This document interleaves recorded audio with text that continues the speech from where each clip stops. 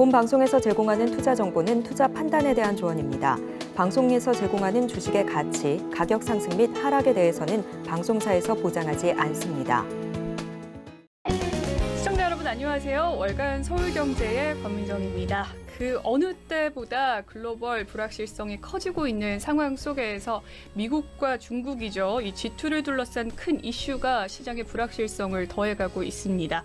오늘은 미국의 중간 선거와 또한 시진핑 장기 집권의 길로 들어선 중국의 저성장 문제에 대해서 집중적으로 파헤쳐보는 시간 갖도록 하겠습니다.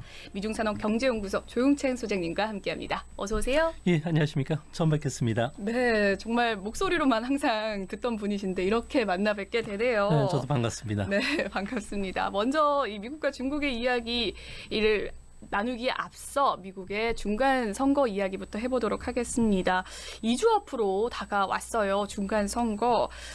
현직 바이든의 연임이냐 아니면 정권 교체냐 많은 분들 궁금해하실 것 같습니다. 미국의 중간 선거에서는 늘 이 대통령 소속 정당은 패배해 오는 역사를 지니고 있는데 이 집권당이 패배하는 이유 무엇인지 궁금하고요. 선거 결과 평균적으로 몇 석 정도 감소를 했나요? 네, 1990년 이후에 중간 선거를 보면요. 집권당이 승리한 적은 딱 2번 정도밖에 없었습니다. 아무래도 대통령에 대한 그 중간 평가 성격이 강하기 때문에 그런데요. 이 때문에 현재 그 워싱턴 같은 경우에는 하원은 민주당이 공화당으로 다수당이 바뀔 것은 기정사실로 받아들이고 있는 그런 분위기입니다.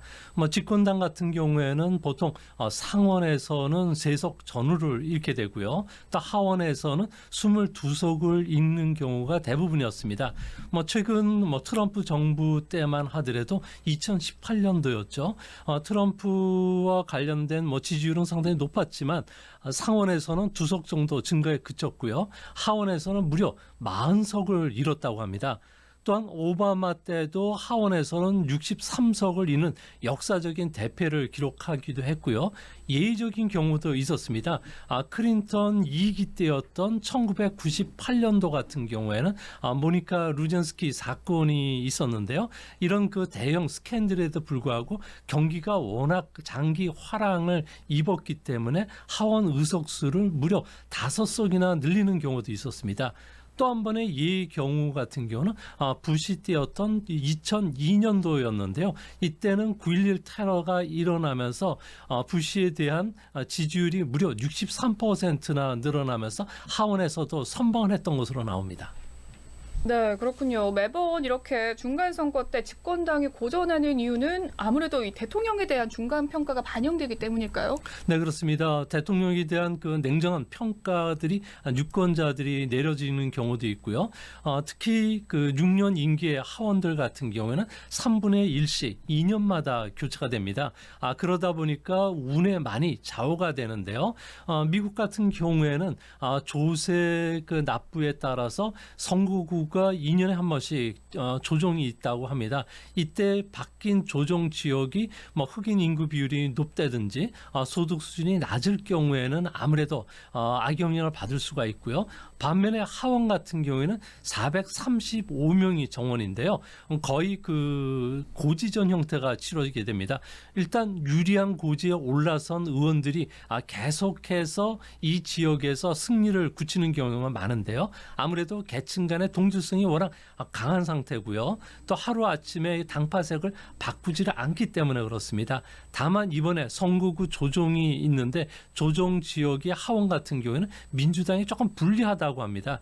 이 때문에 민주당 같은 경우는 낙태 문제라든지 학자금 탕감 그리고 대마적 경력 삭대 같은 이슈를 던지면서 현재 그 민주당이 떠났던 집토끼들을 다시 잡으려는 움직임을 보여주고는 있지만 워낙 경제와 관련된 인플레이션과 관련된 여러 가지 그 악재들로 인해서 역전하기는 상당히 어려운 분위기라고 합니다.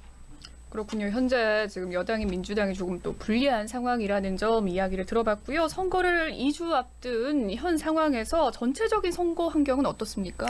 네, 현재 공화당 같은 경우에는 하원에서는 221석으로 다수당이 확실하고요. 민주당은 176석 정도에 불과하다고 합니다. 두 당의 차는 무려 45석 정도가 차가 나는데요. 현재 접전 지역 같은 경우에는 38곳이지만 이곳을 민주당이 다 가져간다고 하더라도 과반수를 넘기는 상당히 어려울 것으로 보여집니다. 상원 같은 경우에는 박빙의 승부가 벌어지고 있는데요. 공화당은 현재 현역 까지 포함해서 47석을 차지할 것으로 보여지고요. 민주당 같은 경우는 46, 한 석 차이고 남은 7석을 넣고서 현재 치열하게 경합을 벌이고 있다고 합니다.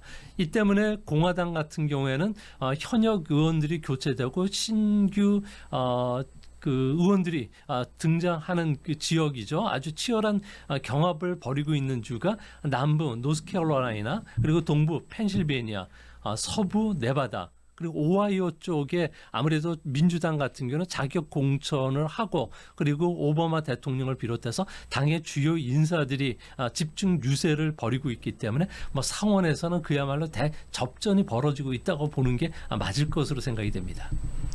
네, 현재 좀 상원은 박빙의 승부가 예상되고 있고요. 하원 같은 경우에는 좀 공화당에 유리한 선거 구도가 있는 상황인데 최근 여론조사에서는 야당인 공화당이 역전을 했다는 결과도 있었습니다. 공화당이 선전하는 이유는 무엇일까요? 네, 뉴욕 타임즈하고 CNN 대학이 매달 그 정당 지지율을 체크를 하고 있는데요. 지난 9월달에 비해서 10월달 들어와서 공화당의 지지율이 조금씩 올라가기 시작했습니다. 현재는 49% 그리고 민주당은 45% 정도 지지율을 보여주고 있는데요. 이런 지지율이 조금 역전이 됐던 현상은 아무래도 여성 유권자들의 민심이 좀 돌아섰기 때문이라고 합니다. CNN 같은 경우에는 9월과 10월 여론조사를 했는데요. 63%의 유권자들이 바이든의 경제정책을 지지하지 않는다고 답변을 했다고 합니다. 인플레이션 역풍이 민주당에 지금 직격탄으로 작용하면서 지지 텃밭이라고 할 수 있는 여성 표들이 지금 달아났기 때문인데요. 이 때문에 민주당 같은 경우에는 여성 표심을 잡기 위해서 남은 2주간 총력을 기울인다고 합니다. 그렇군요. 여론조사 결과 현재 좀 공화당이 우세를 보이고 있는 상황입니다. 아무래도 이 인플레이션 역풍 속에서 민주당의 지지율이 또 특히나 여성들의 이 이탈 속에서 이러한 결과가 이루어졌네요. 유권자의 지지율이 이렇게까지 요동치는 이유 아무래도 경제 때문일까요? 네, 그렇습니다. 유권자들이 가장 관심을 두는 사항은 경제 문제인데요. 무려 26%가 가장 중요한 그 이슈로 생각하고 있습니다. 고용도 있겠고요. 미국인들의 한 대부분은 연기금을 가입하고 뮤추얼 펀드에 가입을 하기 때문에 자기 자산의 5%는 주식으로 가고 있습니다. 이 때문에 주식이 현재 20% 하락을 하니 당연히 지지율이 떨어질 수밖에 없고요. 최근 들어와서는 집값까지도 하락을 하고 있습니다. 이뿐만 아니라 여성들 같은 경우에는 장바구니와 관련된 물가 대책 문제, 이것뿐만 아니라 생활비 급등도 상당히 고심을 하고 있다는데요. 이 부분이 무려 18%를 차지한다고 합니다. 이 때문에 이데올로기적인 문제죠. 낙태 문제라든지 이민 문제는 그야말로 관심사에서 멀어지는 상황인데요. 바이든 같은 경우에는 이미 학자금 대출 감면이라든지 인플레이션 억제법을 발표를 했지만 이게 유권자들이 피부로 느낄 수 있는 데까지 효과를 미치는 데는 시차가 필요하지만 당장 가솔린 가격을 비롯한 장바구니 물가가 오르면서 씀씀이가 팍팍해졌다는 것을 미국인들이 지금 느끼고 있다고 합니다. 역대 미국 대통령의 지지율을 보면은 가솔린 가격과 전혀 반대 방향으로 움직이고 있는데요. 최근 오펙이 감산을 선언하면서 유가가 지금 급등을 하고요. 이 때문에 갤런당 $4 후반에서 지금 유가가 움직이고 있다고 합니다. 이 때문에 바이든의 10월달 들어와서 지지율은 39%나 떨어졌고요. 또 무당파층의 51%는 공화당에 투표를 하겠다고 이야기할 정도로 현재 공화당에게는 유리한 판세가 되고 있다고 합니다. 네, 현재 유권자의 지지율이 변동성이 크게 보이는 이유 역시나 경제 때문인데요. 아무래도 장바구니 물가가 좀 오르고 특히나 가솔린 가격에 또 상관관계가 중요한 부분인 것 같습니다. 오펙 플러스의 이 200만 배럴 감산 소식 속에서 민주당이 좀 불리한 구조가 있는 상황인데요. 역시나 유가가 굉장히 중요한 부분일까요? 네, 뭐 유가 같은 경우는 미국인들 같은 경우는 가장 그 관심 사항이고요. 자신이 바로 현금으로 지출돼야 되는 사항이기 때문에 이 문제가 그 역대 미국 대통령 선거에서는 그야말로 결정적인 그 표심의 등락을 그 좌우하는 이런 모습을 보여주고 있습니다. 뭐 이뿐만 아니라 미국에서는 생활 물가와 관련해서도 특히 장바구니 물가 그리고 외식을 갔을 경우에 현재 그 티값이 그야말로 천정부지로 뛰고 있는데요. 이 때문에 보통 점심 식사를 했을 경우에는 뭐 $10 정도를 내놔야 되는데 그 현재 물가 상승으로 인해서 식료품 가격도 올라가고 모든 가격이 올라가는데 현재 자신들의 월급만 올라가지 않다 보니까 아무래도 그 투표에 관련된 지지율에도 악영향을 미친 것은 아닌가 이렇게 생각이 됩니다. 그렇군요. 아무래도 좀 인플레이션 구실로 가격 인상을 했던 것은 또 정부의 탓이다라고 생각을 많이 하시는 것 같습니다. 현재 미국 언론들이 전망하는 이 중간 선거의 메인 시나리오가 있다면 어떤 것들이 있을까요? 네, 메인 시나리오와 관련해서는 민주당이 상원 그리고 하원은 공화당이 차지하는 확률인데요. 미국에서는 한 50% 확률로 보고 있다고 합니다. 이렇게 되면 바이든 대통령 같은 경우에는 민주당의 구심력을 계속 유지시킬 수 있고요. 반면에 트럼프 같은 경우에는 상원을 그 패배했다는 측면에서는 책임론이 부상이 될 가능성이 높습니다. 이렇게 된다면 2024년도 공화당은 다른 대선 후보를 내야 되기 때문에 내용에 시달릴 가능성이 있지 않나 보여지고요. 또 한 가지는 리스크 시나리오 1은 공화당이 상하 양원에서 모두 승리하는 경우입니다. 이 확률은 현재 40%를 웃돌고 있는데요. 뭐 트럼프 같은 경우에는 2024년도에 대선을 출마를 선언하게 됩니다. 하지만 바이든 같은 경우에는 바로 레임덕에 빠지면서 2024년 대선과 관련해서는 민주당이 경선을 벌이게 될 가능성이 큰데요. 이렇게 되면은 하원 같은 경우에는 다수당이 하원 의장을 차지하게 되고 나머지 그 상임위원들은 모두 가져가게 됩니다. 케빈 그 메카시 같은 경우에는 캘리포니아 쪽의 그 공화당 의원인데 조금 강경 그 보수파입니다. 이 때문에 바이든에 대한 탄핵과 관련해서는 강경 보도로 갈 가능성이 있지만 이거 이전에 뭐 공청회라든지 청문회를 통해서 그 현재 그 여권에 대해서 발등을 좀 찍을 가능성이 크다는 점에서 불확실성이 싫어하는 증시 입장에서는 상당히 좀 안 좋은 결과가 나올 가능성이 있지 않나 보여지고요. 또한 리스크 시나리오 중에 하나는 민주당이 상하 양원을 모두 장악하는 경우인데 이 경우는 10% 확률이 안 된다고 합니다. 아무래도 그 트럼프와 관련해서는 재출마를 미국인들의 57%가 싫어하고 있고요. 또한 이 중에 40%는 트럼프 예측 불가능성을 상당히 싫어하고 있기 때문에 이렇게 됐을 경우에 민주당뿐만 아니라 공화당 안에서도 조금 혼란이 야기될 가능성이 크지 않나 이렇게 보여집니다. 미국 중간 선거의 메인 시나리오에 대해서 이야기를 나눠봤습니다. 아무래도 그럼 가장 높게 점쳐지고 있는 것이 민주당이 상원, 또 공화당이 하원의 다수당이 될 확률인 거겠네요. 네, 그렇습니다. 뭐 트리플 블루가 깨질 가능성이 큰데요. 이 경우에도 그렇게 큰 충격은 주지는 않지 않을까 보여집니다. 다만 조금 우려스러운 것은 단기적인 악재는 작용할 가능성이 큰데요. 경기 하락을 막기 위해서 기동성 있는 재정 정책을 운영하기 위해서는 하원 다수당의 지지를 받아야 되는데 아무래도 2024년 대선에서 공화당이 승리하기 위해서는 아무래도 발목을 잡을 가능성이 있지 않나 보여집니다. 또 한 가지는 예산 심의와 관련해서는 긴 시간이 좀 소요될 가능성이 크고요. 또한 연말이 되면은 정부 예산 부족으로 인해서 정부가 좀 폐쇄되는 기간이 좀 더 길어질 가능성이 큽니다. 이렇게 되면 금융시장이 당연히 동요될 가능성도 있을 거로 보여지고 보여지고요.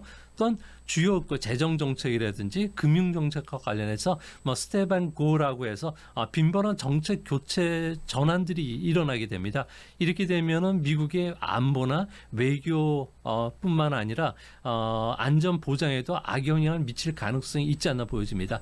과거 사례를 보면은 이런 그 스테반 고 같은 현상들이 일어나면은 뭐 양당의 초당파 의원들이 나서서 직접 그 예산 심의라든지 이런 부분을 좀 법안을 통과시키는 경우가 있었는데 현재 그 공화당 안에서는 트럼프가 줄인 그 마가라는 공화당 의원들이 득세를 하고 있기 때문에 앞으로도 이런 문제와 관련해서 초당파의 지지를 받지 못한다는 점에서 뭐 향후 미국 정계 같은 경우에는 좀 양극화로 갈 가능성이 현재로서는 더 높지 않나 보여집니다.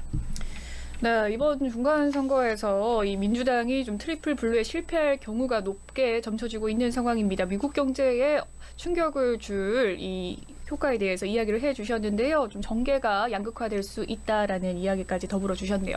민주당은 또 지지율 회복을 위해서 어떻게 이 선거 대책을 내놓고 있을까요? 네, 뭐 민주당이 큰 표차로 지지 않는다고 하면 트리플 블루가 깨지더라도 뭐 주시장에는 큰 문제는 없지만 민주당은 당장 발등에 그 불이 떨어져 있는 상황인데요. 아무래도 그 집도난 토끼들을 잡기 위해서 여러 가지 선거 공약들을 내놓고 있습니다. 뭐 인플레이션과 관련해서 희생양을 찾는 움직임이 벌어지고 있는데요. 아무래도 대기업들, 부자들이 물가 상승을 틈타서 제약 가격도 올리고 식품 가격도 올리고 있으니까 대기업이 적이다. 그리고 공화당원들 같은 경우에는 현재 인플레이션 삭감 법안과 관해서 전부 반대했다고 공격을 하고 있고요. 또 네거티브 캠페인도 펼치고 있습니다.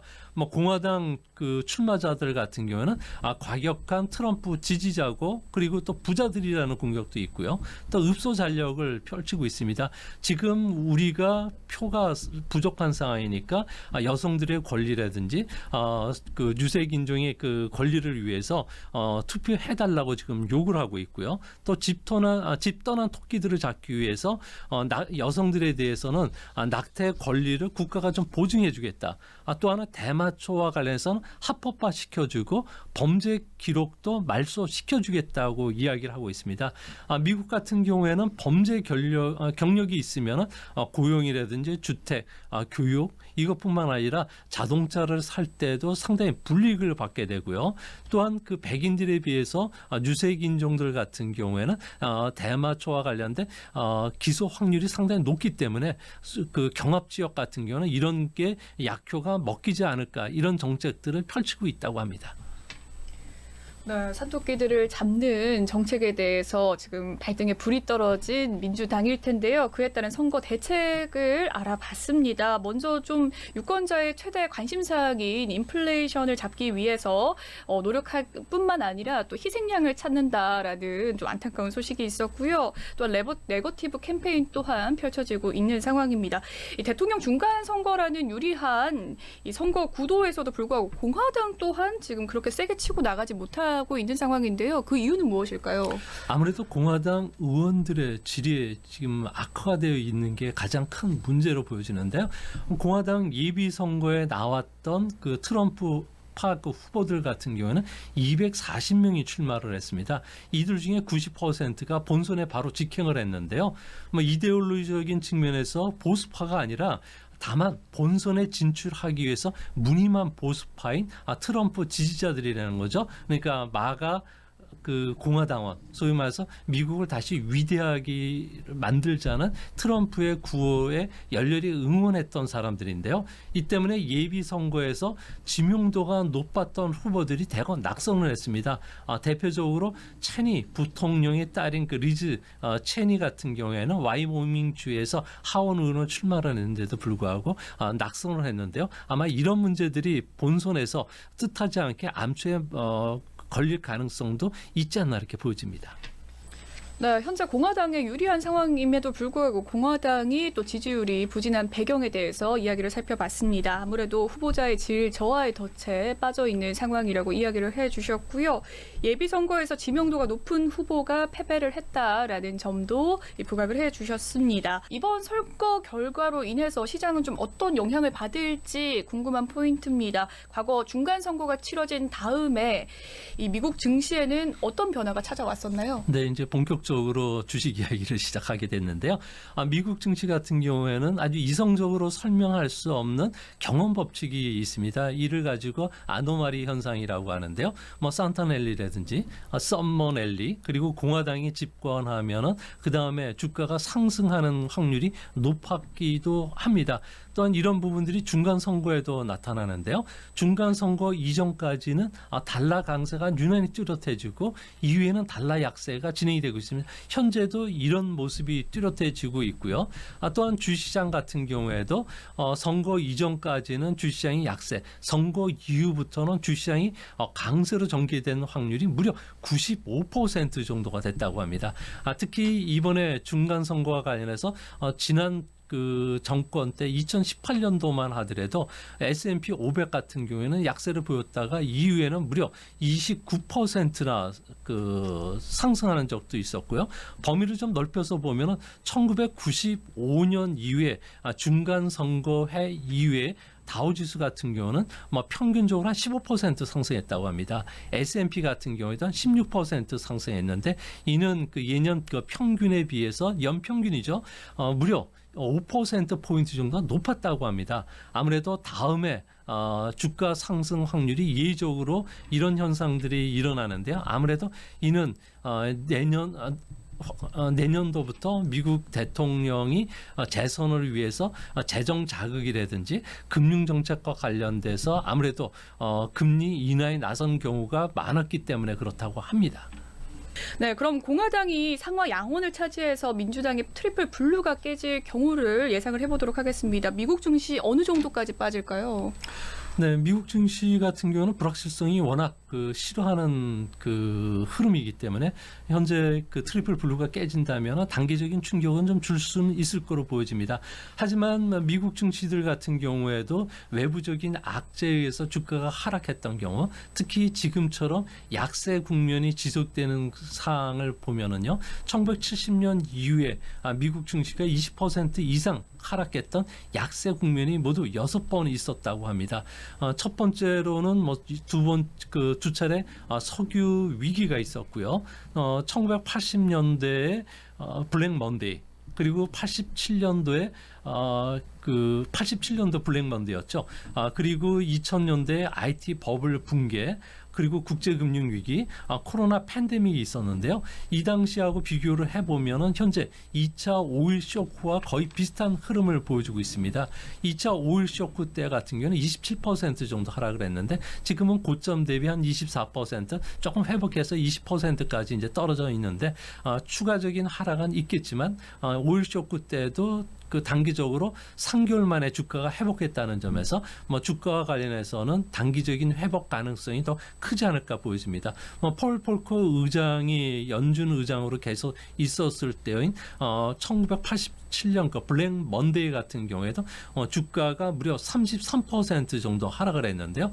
시차를 두고서 이를 충분히 극복을 했다는 점에서 이번에도 외부적인 충격에 의해서 주가가 하락을 했을 경우에 중간 선거 이후에 이례적인 주가 반등을 생각한다면 주가 회복 속도도 상당히 빠르지 않을까 이렇게 보여집니다. 네, 결론적으로 이번 약세장에서도 과거 사례를 봤을 때 좀 인플레이션이 조기 수습이 된다 한다면 직전 지수 고점을 좀 회복하는 데 짧은 시간이 걸릴 것이다라는 이야기까지 해주셨습니다.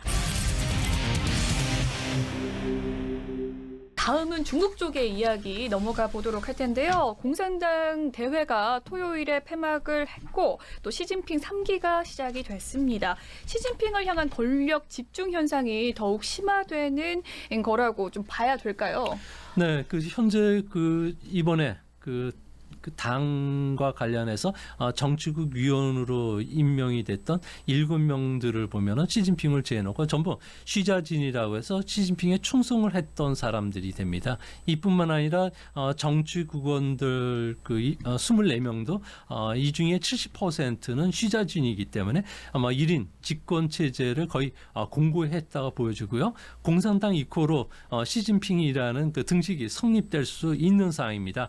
다만 이번에 시 주석 같은 경우에는 영원히 그 당 주석이라는 타이틀이죠. 인민 영수를 받기를 희망했는데 마오쩌둥과 같은 위대한 영수라는 칭호는 받지는 못했습니다. 아무래도 그 당대회 때 그 원로들 같은 경우는 대만 통일 문제라든지 부동산과 관련된 문제를 해결하고 나서 4기 때 다시 보자는 그 측면이 강하지 않나 보여지고요. 또 그런 측면에서 보면은 대만 독립 반대라는 당 규약이 명시가 됐기 때문에 앞으로 대만과 관련된 그 정책 여부에 따라서 시 주석의 4기 임기가 확정이 된다는 점에서 국제적인 대만 문제를 둘러싼 국제 긴장감은 좀 고조될 수가 있겠고요.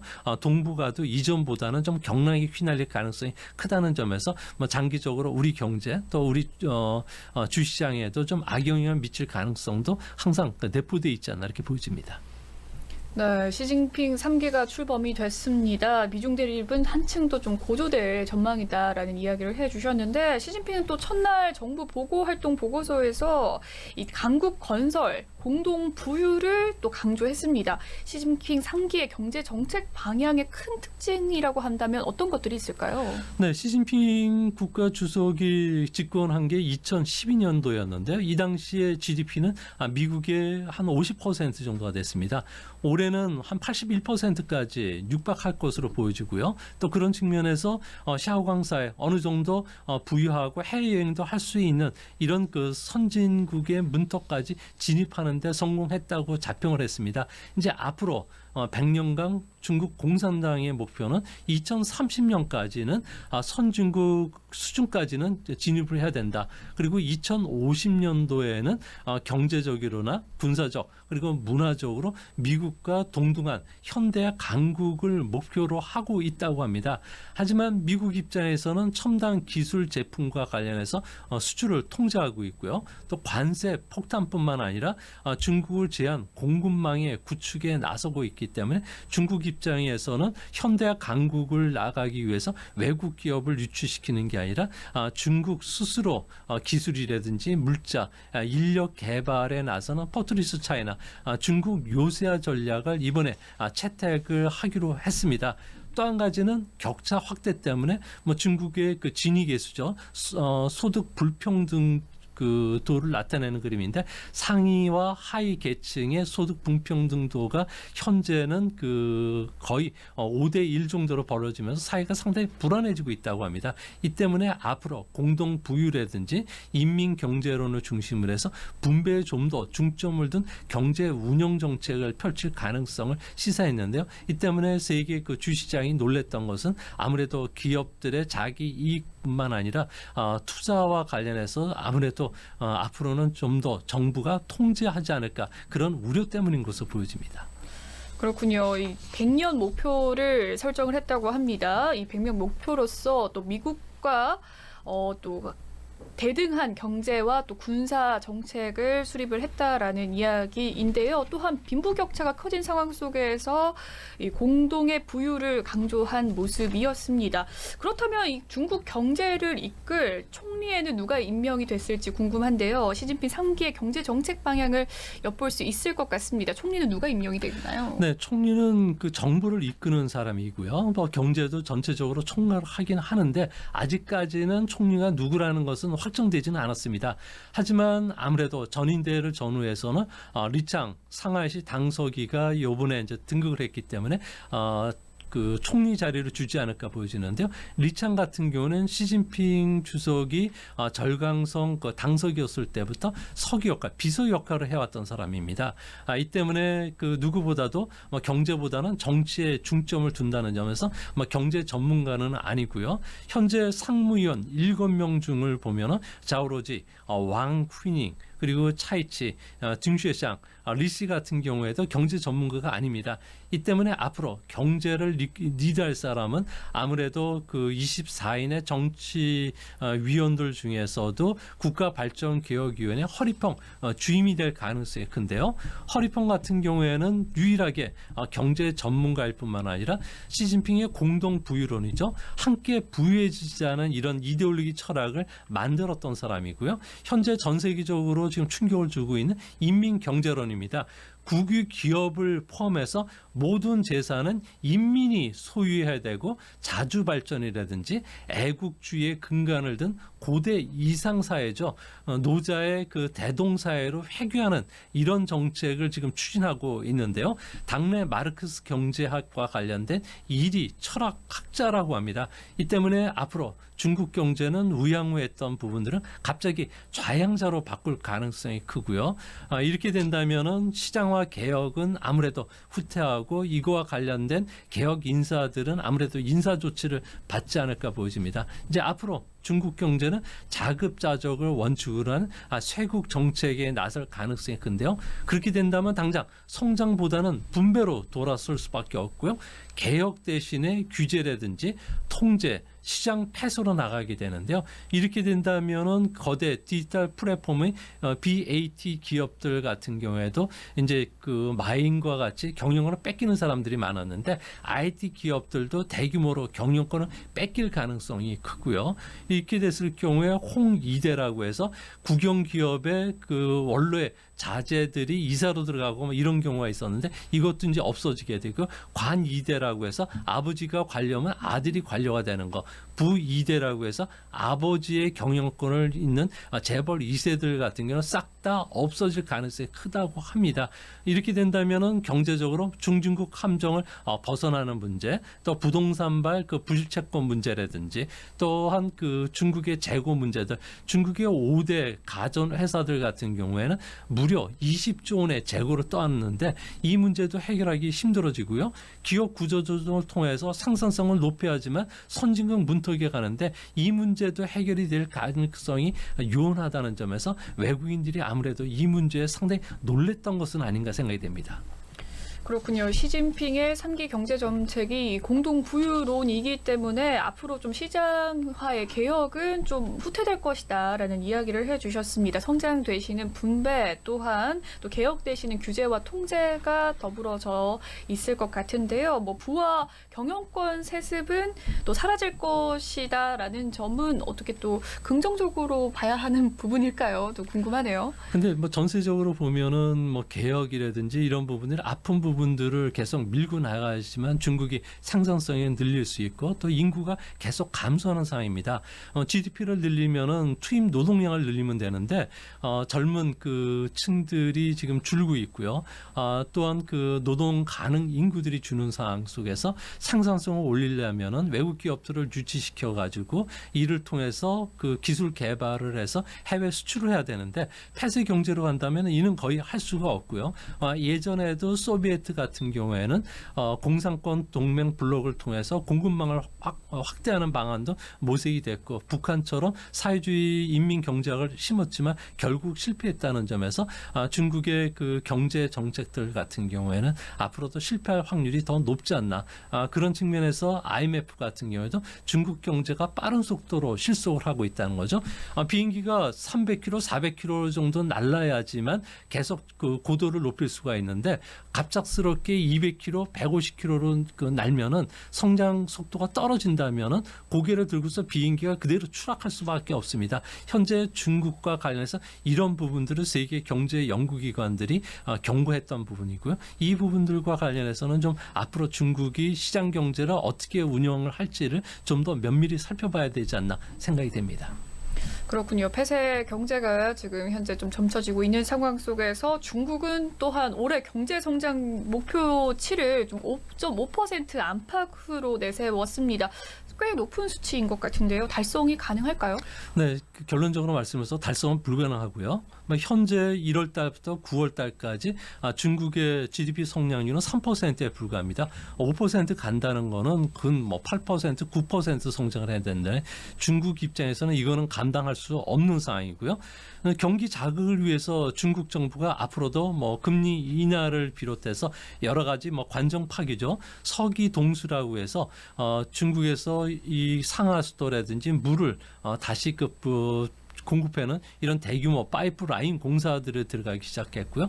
도로 보수도 지금 시작이 됐습니다. 이제 앞으로 내년도부터는 신형 도시화 사업도 본격적으로 착수하게 되는데요. 인터넷 플러스를 통해서 중국에서는 이제 4차 산업혁명에서 이제 5차 산업혁명으로 들어가는 이런 그 다양한 산업들을 육성하지 않을까 보여지는데 이제 문제는 중국의 그 이런 민간 기업의 투자, 해외 자본들이 유입이 돼야 되는데 이런 부분이 되지 않는 상황 속에서 진행이 된다면 투자만 일어난다면 중국은 회색 코뿔소라든지 그리고 블랙스완이 다시 출현할 수 있다는 점에서 중국 경제는 앞으로 계속 성장보다는 잠재 성장률이 2년에서 3년마다 1%포인트씩 떨어지는 것을 피하기는 어려울 것으로 생각이 됩니다. 네, 현재 중국의 올해 경제 성장률 전망치를 5.5% 예견한 상황입니다. 하지만 이 성장률을 좀 달성하기는 굉장히 힘든 상황인 것 같고요. 유동성 함정에 빠진 중국이 아닐까 싶은데 또한 중국은 우리나라의 최대 교육국이기도 합니다. 그런데 지난 6월부터 넉 달 연속 이 대중 수출이 감소세를 보이고 있는 상황입니다. 우리나라에서도 좀 수출 다변화를 이루어야 하는 상황일까요? 네, 우리나라 같은 경우는 중국을 보는 그 시각이 180도로 좀 바뀌어야 된다고 생각을 합니다. 아무래도 중국은 인구가 지금 감소를 하고 있고요. 초고령 사회로 들어가면서 씀씀이가 좀 줄어들고 있다는 거죠. 또 도시 인구도 줄면서 농촌으로 젊은 층들이 유턴을 하고 있습니다. 이 때문에 소비와 관련된 부분들 투자도 이제 앞으로 줄어들게 되는데 뭐 세계은행이라든지 국무원 발전 연구 중심 같은 경우에는 2020년도까지 뭐 중국은 4% 정도 평균 성장을 할 수가 있겠지만 2030년도부터는 1.7%로 떨어진다고 내다보고 있습니다. 이는 다른 표현을 쓴다면은 더 이상 중국은 블루오션 시장이 아니라 레드오션 시장으로 바뀌고 있다고 하는 건데요. 이 때문에 우리나라 기업들 같은 경우에는 화장품 기업들을 중심으로 해서 오프라인 매장들을 다 철수하고 있고요. 온라인 매장으로 지금 전환을 하고 있습니다. 뭐 중국 같은 경우에는 또 이제 수출이 안 되니까 내수로 돌리기 위해서 아무래도 규제 문턱을 좀 더 높이고 있고요. 또 워낙 많은 기업들이 내수에 싸움들을 하다 보니까 쩐의 전쟁이 일어나면서 이 사이 속에서 국내 기업들이 생존할 가능성이 없다는 겁니다. 이 때문에 삼성전자처럼 소위 말해서 갤럭시 Z 플립이라든지 롤러폰이라든지 그리고 반도체도 3나노에서 1나노까지 중국 기업들과 관련해서는 초기술 격차를 계속 유지하는 기업들만이 중국에서 생존이 가능하고요. 중국보다도 좀 더 앞선 기능을 갖고 있는 제품들을 중국에 출시해야 되기 때문에 중국과 관련된 매출 비중은 국내 기업들은 작년서부터 빠르게 줄이고 왔다는 점에서 국내 기업들이 중국 그 경기 침체에 따른 충격을 받는 것보다는 오히려 해외 시장을 좀 더 개척하면서 나갈 가능성이 현재로서는 더 높지 않나 이렇게 보여집니다. 네, 이미 좀 대중 수출이 좀 감소세를 보이고 있는 가운데 한국 기업들이 좀 잘하고 있는 거겠네요. 수출이 이미 다변화됐고 중국에 대한 매출의 의존도를 좀 줄이고 있는 상황이라고 이야기를 했는데 중국의 대만 침공에 대한 이야기도 한번 해보도록 하겠습니다. 대만 침공으로 인해서 반도체의 대만 생산이 좀 중단이 될 경우에 세계 반도체 시장에는 어떤 충격을 주게 될까요? 네, 이 문제가 그 올해 말서부터 내년 초까지 우리 증시를 좀 억누르는 요인이 될 가능성이 큰데요. 대만과 관련해서는 아무래도 시 주석이 조국 통일과 관련해서 모든 조치를 취하겠다고 밝혔기 때문에 그렇습니다. 대만과 관련해서도 지난 그 8월 달이었죠.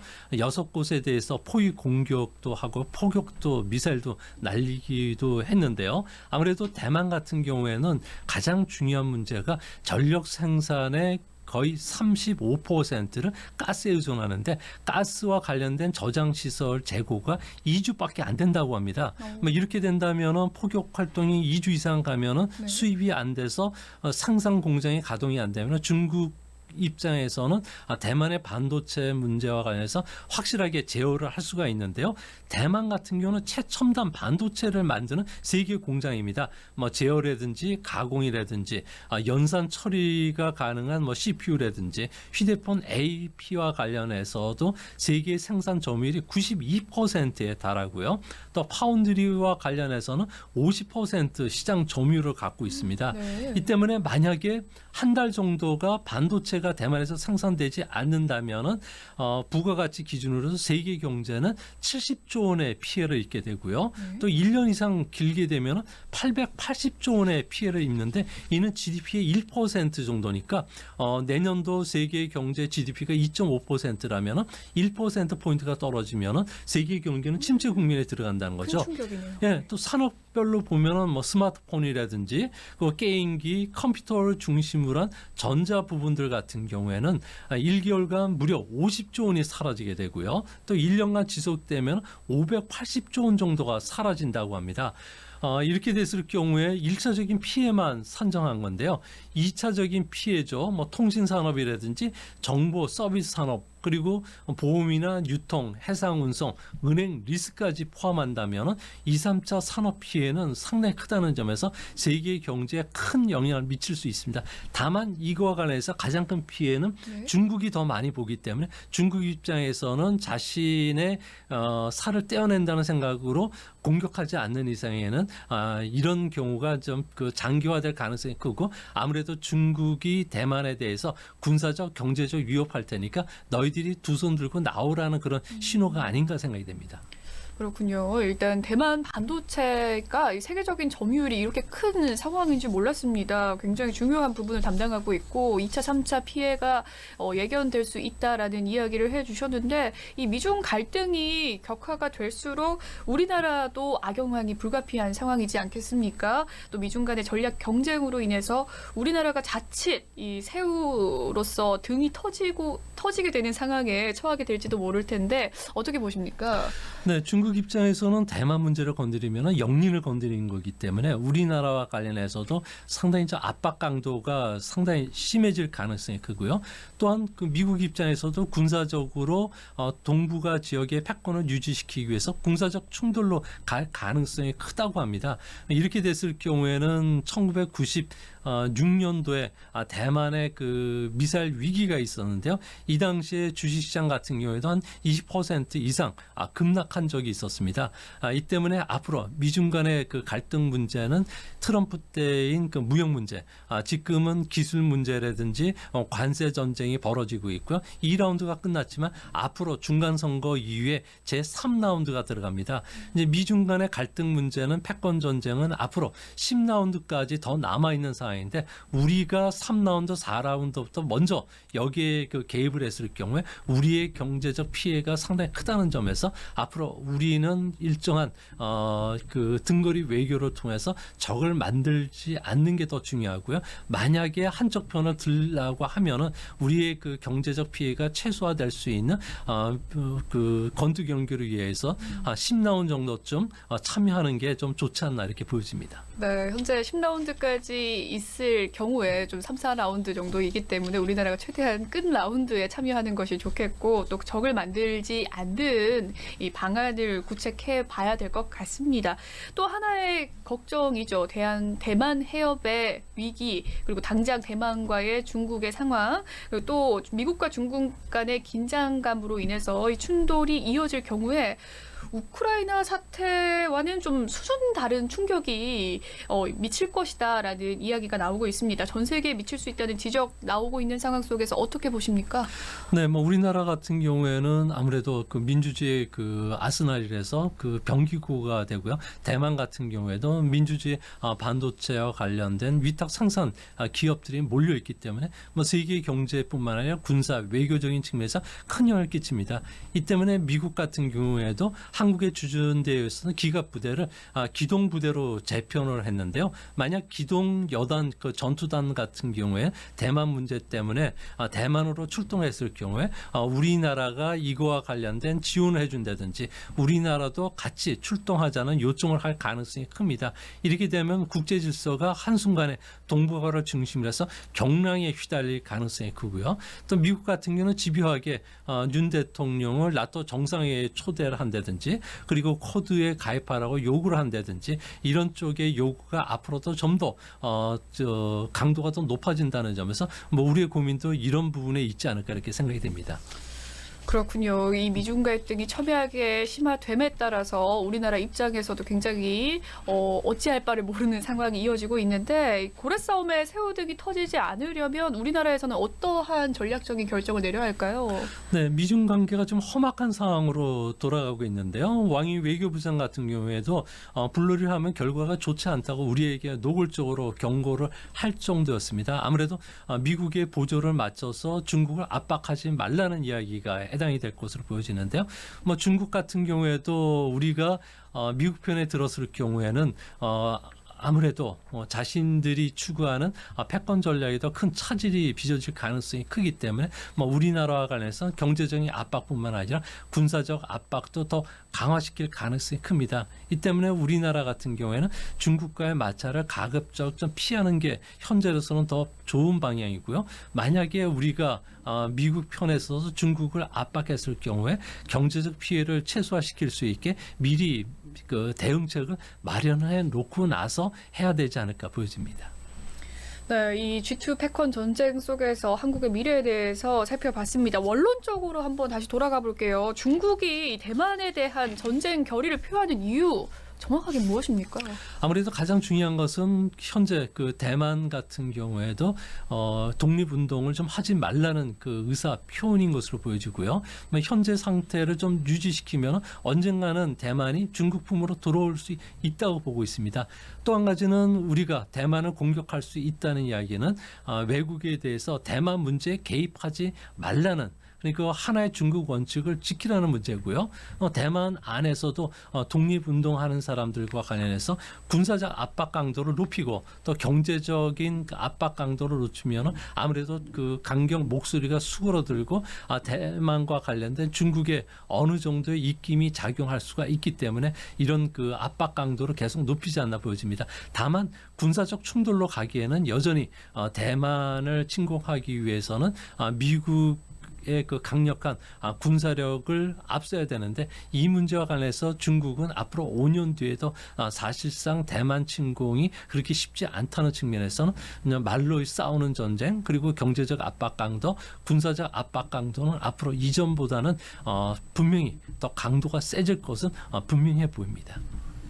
네, 중국이 대만의 전쟁 결의를 보이는 목적에 대해서 살펴봤습니다. 장기화될 수는 있지만 군사적인 충돌은 쉽지 않을 것이다 라는 이야기까지 덧붙여 주셨습니다. 지금까지 조용찬 소장님과 미국과 중국을 둘러싼 경제 전망에 대한 이야기 살펴봤습니다. 오늘 말씀 감사합니다. 예, 감사합니다.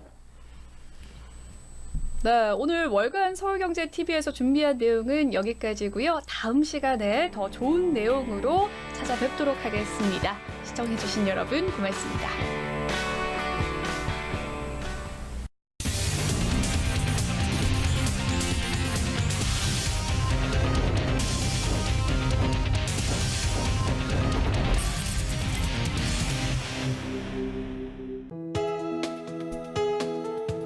본 방송에서 제공하는 투자 정보는 투자 판단에 대한 조언입니다. 방송에서 제공하는 주식의 가치, 가격 상승 및 하락에 대해서는 방송사에서 보장하지 않습니다.